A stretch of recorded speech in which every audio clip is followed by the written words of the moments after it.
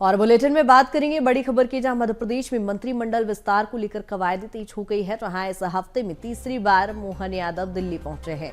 मंत्रिमंडल के नाम फाइनल करने में इस समय आलाकमान जुटा हुआ है, जहां युवा चेहरों पर दांव इस बार पार्टी लगा सकती है। जहां माना जा रहा है मंत्री पद से वंचित सीनियर विधायकों को भी इसमें मौका दिया जा सकता है। आपको बता दें कि कैलाश विजयवर्गीय और प्रहलाद पटेल को लेकर अभी पेंच फंसा हुआ। फिलहाल ये सूत्रों के हवाले से खबर है कि बड़े दिग्गज नेताओं को कैसे एडजस्ट किया जाए, इसको लेकर पार्टी आलाकमान द्वारा मंथन किया जा रहा है। वहीं नए इस बार चेहरे भी देखे जा सकते हैं, जहां आपको बताते चले पुराने चेहरों को ड्रॉप किया जा सकता है और इस बार युवा चेहरों पर पार्टी फोकस करती नजर आ सकती है। मंत्रिमंडल विस्तार को लेकर कवायद तेज है और तीसरी बार मोहन यादव दिल्ली पहुंचे हैं। पार्टी आलाकमान से मुलाकात की है और माना जा रहा है जल्द ही मंत्रिमंडल विस्तार होगा। और ऐसे में अभी भी बड़े कद के नेताओं को एडजस्ट करने के लिए किस तरह से उन्हें कौन सी जिम्मेदारी दें, इसको लेकर अभी भी मंथन का दौर पार्टी आलाकमान में लगातार जारी है।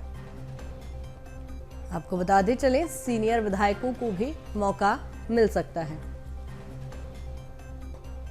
जहां कैलाश विजयवर्गीय और प्रहलाद पटेल जैसे बड़े कद के नेताओं को कहां एडजस्ट किया जाए, इसको लेकर फिलहाल पार्टी हाईकमान में मंथन का दौर जारी है। माना जा रहा है जल्द ही लेकिन मंत्रिमंडल विस्तार होगा, जहां नामों को लेकर जल्द ही मुहर लगेगी। 18 से 20 विधायक मंत्री पद की शपथ ले सकते हैं। मंत्रिमंडल विस्तार को लेकर एक लंबा मंथन का दौर यहां पर दिखाई दे रहा है, जहां पार्टी आलाकमान कई बड़े दिग्गज नेताओं को एडजस्ट करने के लिए अभी मंथन करते नजर आ रहे हैं। मोहन यादव दिल्ली पहुंचे हैं तीसरी बार हफ्ते में और ऐसे में लगातार पार्टी हाईकमान से उनकी मुलाकात जारी है। और इसी पर ज्यादा जानकारी के साथ सहयोगी प्रखर हमारे साथ जुड़ गए हैं। प्रखर, जिस तरह से देख रहे हैं मध्य प्रदेश में मंत्रिमंडल का सभी को इंतजार है और अभी भी लेकिन संशय की स्थिति बरकरार है।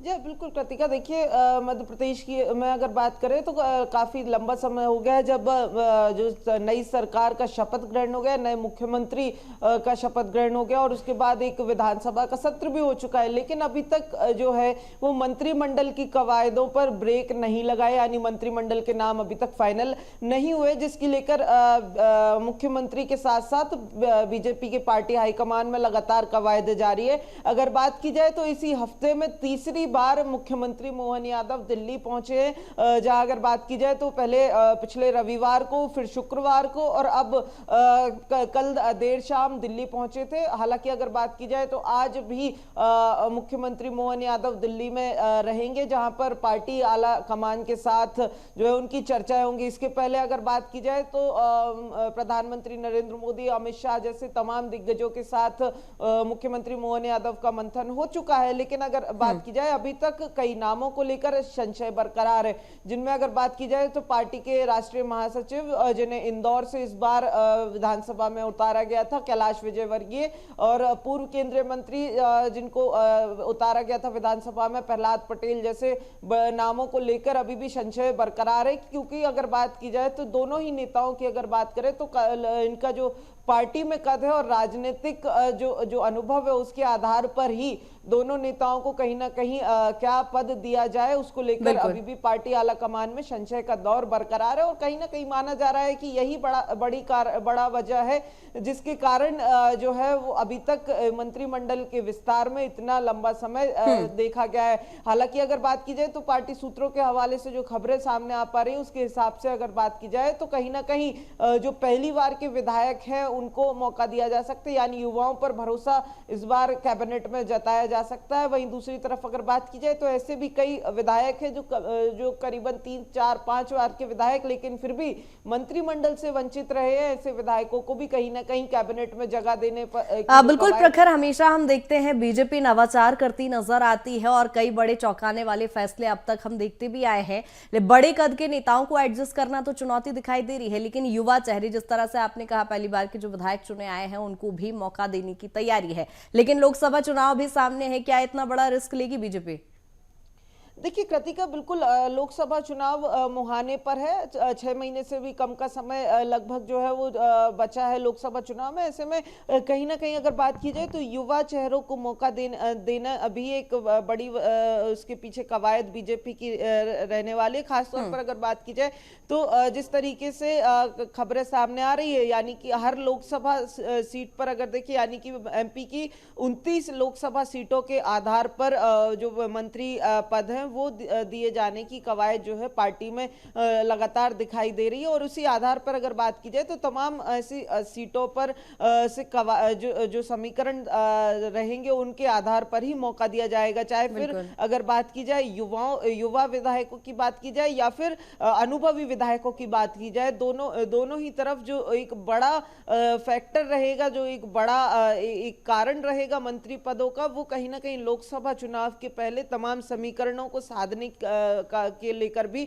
दिखाई पड़ेगा। यानी कि अगर बात की जाए युवा चेहरे भी, उन युवा चेहरों को मौका ज्यादा मिलता हुआ दिखाई देगा जो कहीं ना कहीं तमाम जो समीकरण है, चाहे हम उनमें जातीय समीकरणों की बात करें या फिर सामाजिक समीकरणों की बात करें, इन तमाम समीकरणों पर फिट बैठने वाले विधायकों को ही कहीं ना कहीं मंत्री पद जो है यानी कि कैबिनेट में जगह दी जाएगी। चाहे फिर हम बात करें युवा विधायकों की बात करें यानी फर्स्ट टाइम विधायकों की, या फिर दूसरी तरफ अनुभवी विधायकों की भी बात करें, तो दोनों ही जगह ये बड़ा एक फैक्टर रहने वाला है।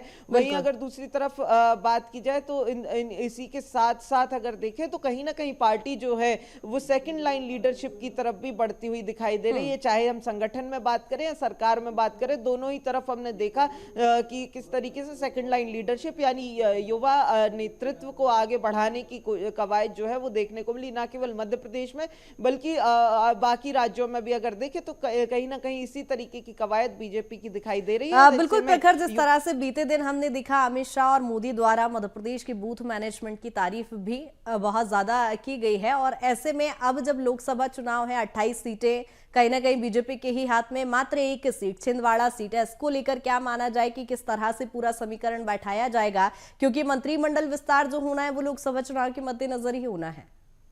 देखिए बिल्कुल, छिंदवाड़ा सीट जो है लोकसभा की एकमात्र सीट है जो कांग्रेस के हाथ में है, यानी बीजेपी के पास 28 सीटें हैं, उनमें केवल एक यानी छिंदवाड़ा नहीं है। ऐसे में अगर हम बात करें तो लगातार विधानसभा चुनाव से ही छिंदवाड़ा पर फोकस बीजेपी का कुछ खास ही दिखाई पड़ता रहा है। और खासतौर पर देखें तो 3 तारीख को चुनाव परिणामों के बाद से लगातार जो सक्रियता है वो भी छिंदवाड़ा सीट पर ही बढ़ती हुई दिखाई दी थी। हालांकि अगर बात की जाए तो छिंदवाड़ा को लेकर कई सारी चीजें दिखाई पड़ती है। एक बड़ी चुनौती छिंदवाड़ा इसलिए भी बनती हुई दिखाई दे रही, चूंकि अगर बात की जाए तो छिंदवाड़ा से जो परिणाम आए थे, छिंदवाड़ा जिले की तमाम सीटों से जो परिणाम आए थे वो कहीं ना कहीं बीजेपी के लिहाज से काफी डिप्रेसिंग थे सीटों के लिहाज से अगर देखा जाए तो ऐसे में अगर बात की जाए तो कहीं ना कहीं जो मंत्री पद का बंटवारा है उसके लिहाज से अगर देखें तो छिंदवाड़ा को लेकर इसी तरीके की जो कवायदें हैं वो दिखाई पड़ती हुई देंगी आने वाले दिनों में। हालांकि अगर बात की जाए तो विधायकों की संख्या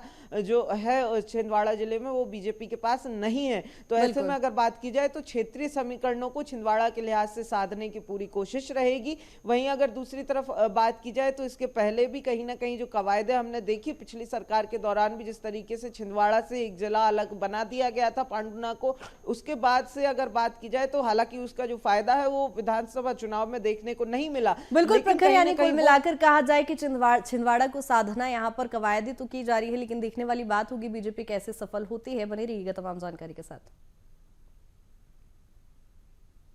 और वहीं बीजेपी के 2 दिवसीय राष्ट्रीय पदाधिकारियों की बैठक में मध्य प्रदेश आया रहा। आपको बता दें कि राष्ट्रीय पदाधिकारी की बैठक में केंद्रीय गृह मंत्री अमित शाह ने मध्य प्रदेश संगठन की तारीफ की है। मध्य प्रदेश में वोट शेयर बढ़ाने के लिए किए गए तमाम प्रयास, बूथ प्रबंधन की कुशलता की उन्होंने सराहना की है। आपको बताते चले, मध्य प्रदेश की बूथ मैनेजमेंट को लेकर प्रधानमंत्री नरेंद्र मोदी और अमित शाह दोनों ने ही सराहना की है, तारीफ की है। राष्ट्रीय पदाधिकारियों की बैठक में मध्य प्रदेश की तारीफ हुई है। प्रखर लगातार बने हुए हैं। प्रखर, जिस तरह से मैंने पहले भी जिक्र किया कि कहीं ना कहीं मध्य प्रदेश की बूथ मैनेजमेंट पर बीजेपी ने शुरुआत से ही फोकस भी किया था, तारीफ भी हुई है। बिल्कुल कृतिका, देखिए मध्य प्रदेश अगर बीजेपी के लिहाज से देखा जाए तो कहीं ना कहीं एक लंबे समय से मध्य प्रदेश बीजेपी की लेबोरेटरी कहा जाता रहा, यानी कि तमाम जो एक्सपेरिमेंट है बीजेपी के वो मध्य प्रदेश में लगातार पिछले बीते सालों में दिखाई देते रहे, और कहीं ना कहीं उनका जो फायदा है वो भी बीजेपी को मिलता हुआ दिखाई दिया है पिछले अगर 2 दशकों की राजनीति की बात की जाए। तो ऐसे में कहीं ना कहीं जब इतनी बड़ी जीत हुई थी और उसके आगे अगर बात की जाए तो लोकसभा चुनाव है, और उसी के पहले अगर बात करें तो 2 दिवसीय राष्ट्रीय पदाधिकारियों की बैठक जो है दिल्ली में आयोजित की थी बीजेपी ने लोकसभा चुनाव के मद्देनजर। लोकसभा की प्लानिंग के मद्देनजर ये काफी अहम थी, और इसी में अगर बात की जाए तो चूंकि मध्य प्रदेश हमेशा से ही बीजेपी के सेंटर पॉइंट पर रहा है, फोकस में रहा है, तो ऐसे में कहीं ना कहीं अगर बात की जाए तो जो वीडी शर्मा यानी कि मध्य प्रदेश बीजेपी प्रदेश अध्यक्ष हैं, उनकी तरफ से एक प्रेजेंटेशन दिया गया था मध्य प्रदेश के चुनाव को लेकर, चुनाव में किस तरीके से रणनीति रही, और उसी के आधार पर अगर बात की जाए तो मध्य प्रदेश में जिस तरीके से बीजेपी ने लगातार नवाचार किए और जिनका कहीं ना कहीं फायदा भी देखने को मिला, चाहे बूथ मैनेजमेंट की बात की जाए या फिर बाकी तमाम संगठनात्मक कवायदों की बात की जाए, तमाम चीजों को कहीं ना कहीं प्रॉफिट मिला। और उसी के मद्देनजर अगर बात की जाए तो अमित शाह और मोदी जैसे जो दिग्गज हैं बीजेपी के, उनकी तरफ से जो है वो मध्य प्रदेश के संगठन की तारीफें भी इस बैठक में की गई। वहीं अगर बात की जाए तो ये अगर बात करें तो मध्य प्रदेश का चुनाव सीधे तौर पर अमित शाह की निगरानी में हुआ था, और ऐसे में अगर बात की जाए